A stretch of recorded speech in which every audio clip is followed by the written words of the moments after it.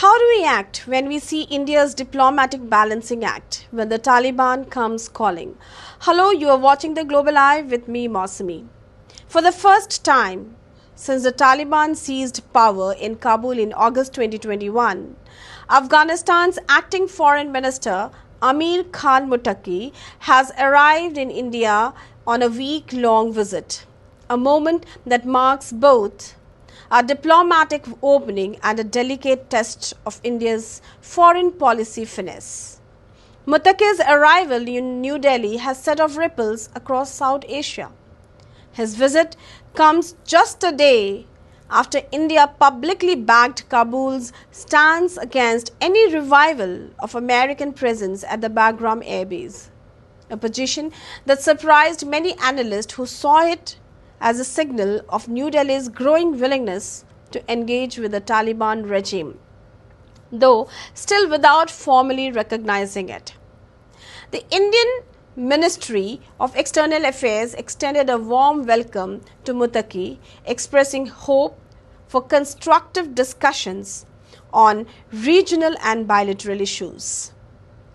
During his stay, Muttaqi is expected to meet External Affairs Minister S. Jaishankar and National Security Advisor Ajit Doval, with talks centering on trade, humanitarian aid and regional security, particularly terrorism and border stability.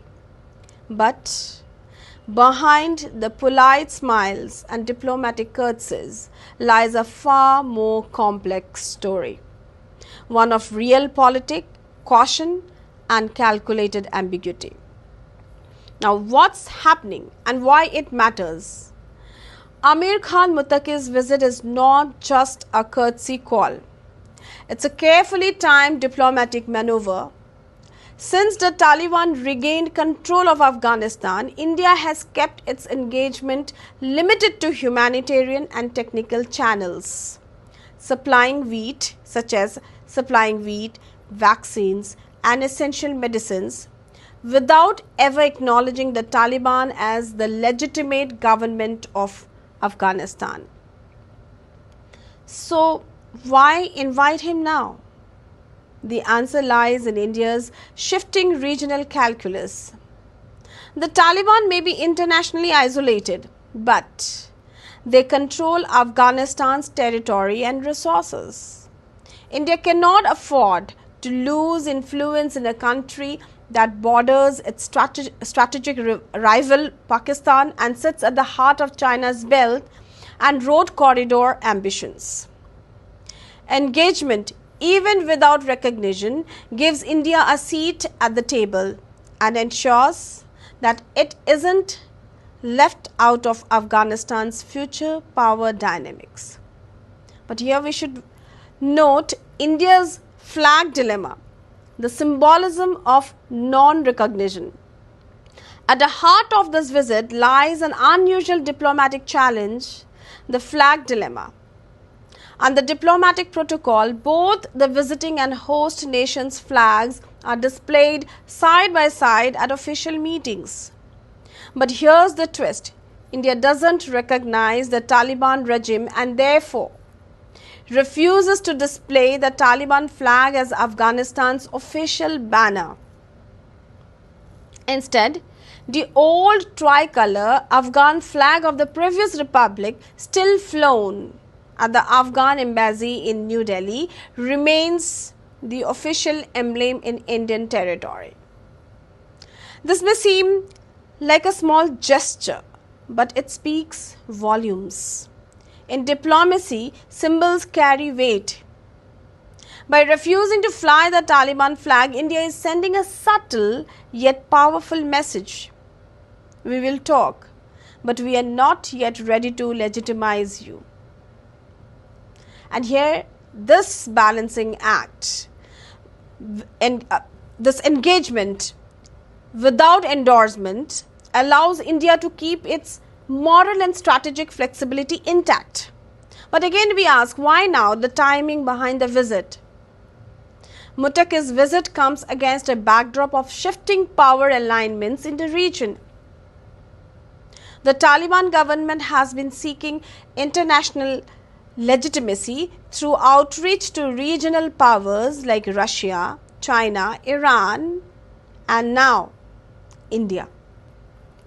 India, on the other hand, finds itself in a complex bind. It wants to maintain security influence in Afghanistan to prevent the country from becoming a haven for anti-India terrorist groups. It needs to counterbalance Afghanistan's deep involvement in Afghan affairs, and it wishes to safeguard its investments in development projects made before the Taliban takeover. And that, if you remember, was worth over $3 billion in infrastructure, education and healthcare. Yet India is wary of taking any step that could be interpreted as official recognition of the Taliban, especially given the regime's continuing record of suppressing women's rights and minorities. Thus, this visit is a dance of diplomacy, pragmatism cloaked in caution. Now we can see what could come out of this visit. If we analyze it, we can see a strengthened humanitarian and trade channels. India is expected to discuss expanding humanitarian assistance, particularly food, medical supplies and development aid through direct channels. Yes, through direct channels rather than via intermediaries. Trade talks could involve the Chabahar port route through Iran and new transit corridors linking Central Asia to South Asia, and also quiet security cooperation. Behind closed doors, India is likely to press for strong assurances that Afghan soil will not be used for terrorist activities targeting India. Given past experiences with the Taliban harboring anti-India groups, this remains the top priority for Indian security agencies. Setting the stage for a gradual normalization is also expected. While formal recognition remains off the table, this visit could pave the way for more structured engagement, such as the resumption of technical missions, educational exchanges, and limited diplomatic staff at Kabul's Indian embassy. And what about diplomatic repercussions? We can also expect diplomatic repercussions. India risks criticism domestically and also internationally for hosting a representative of a regime widely accused of human rights violations. Western nations and right groups may question whether India's engagement undermines global efforts to pressure the Taliban into reform. Why India is not giving the visit official status? India's position is rooted in strategic ambiguity. Official recognition of the Taliban would have diplomatic costs, alienating Western allies like the US and European Union. We also see the political consequences, drawing domestic criticism for engaging with a regime that restricts women's freedom. There are also legal complications as the Taliban government is still under UN sanctions. Formal recognition would clash with international norms. Thus, India is treating this as a working visit rather than an official state visit. Meetings will occur, discussions will flow, but the protocol remains muted. We can see no ceremonial welcomes, no flag of the Islamic Emirate, no formal photographs on state platforms. India's message is simple. We will engage where our interests demand, but we will not legitimize a regime until it earns legitimacy through actions. There are also strategic outcomes and long-term implications.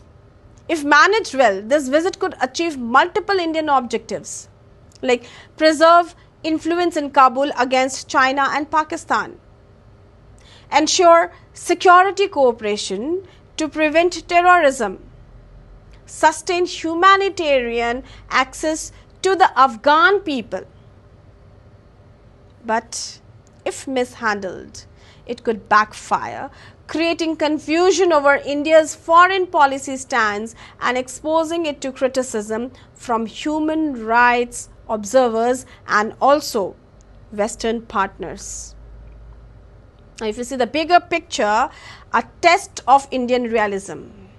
This visit isn't about flags or protocol alone. It's about how India, as an emerging global power, navigates the complex realities of its neighborhood.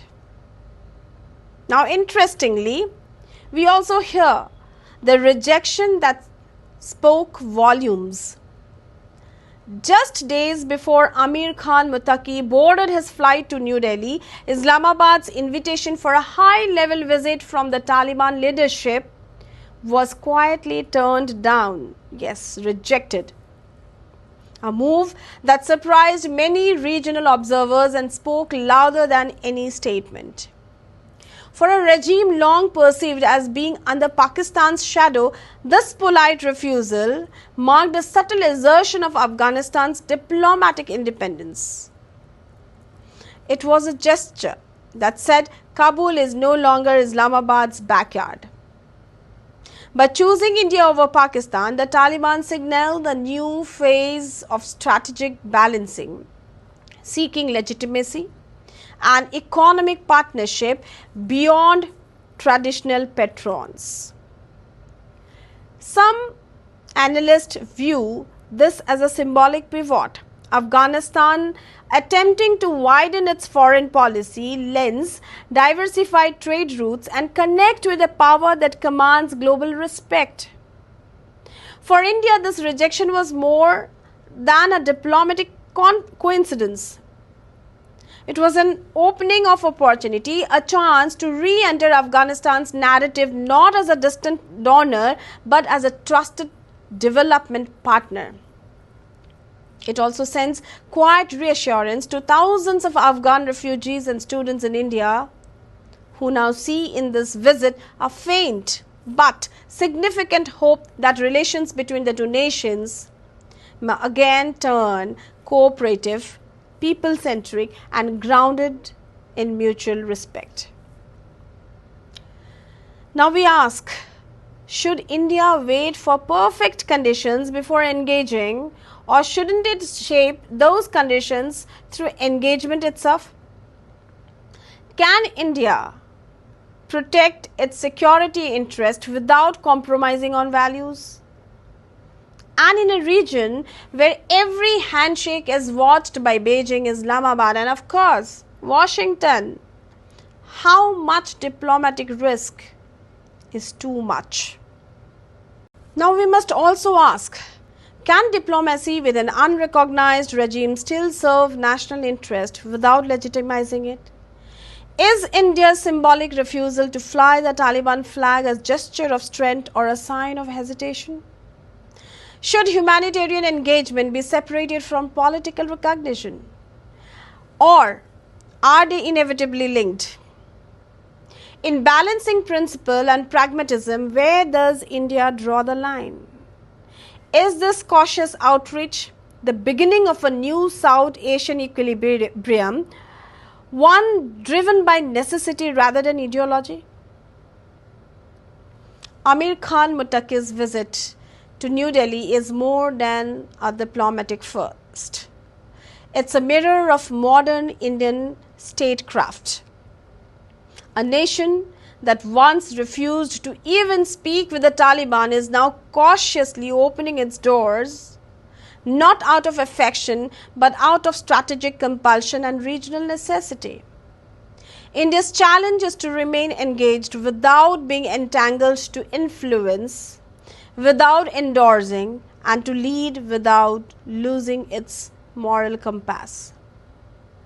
In the quiet corridors of New Delhi's diplomatic zone, this week's meetings may well shape the next decade of India-Afghanistan relations and perhaps redefine what engagement without recognition truly means in the age of realpolitik. Thank you for watching The Global Eye. For more updates and insights, stay tuned to The Global Eye.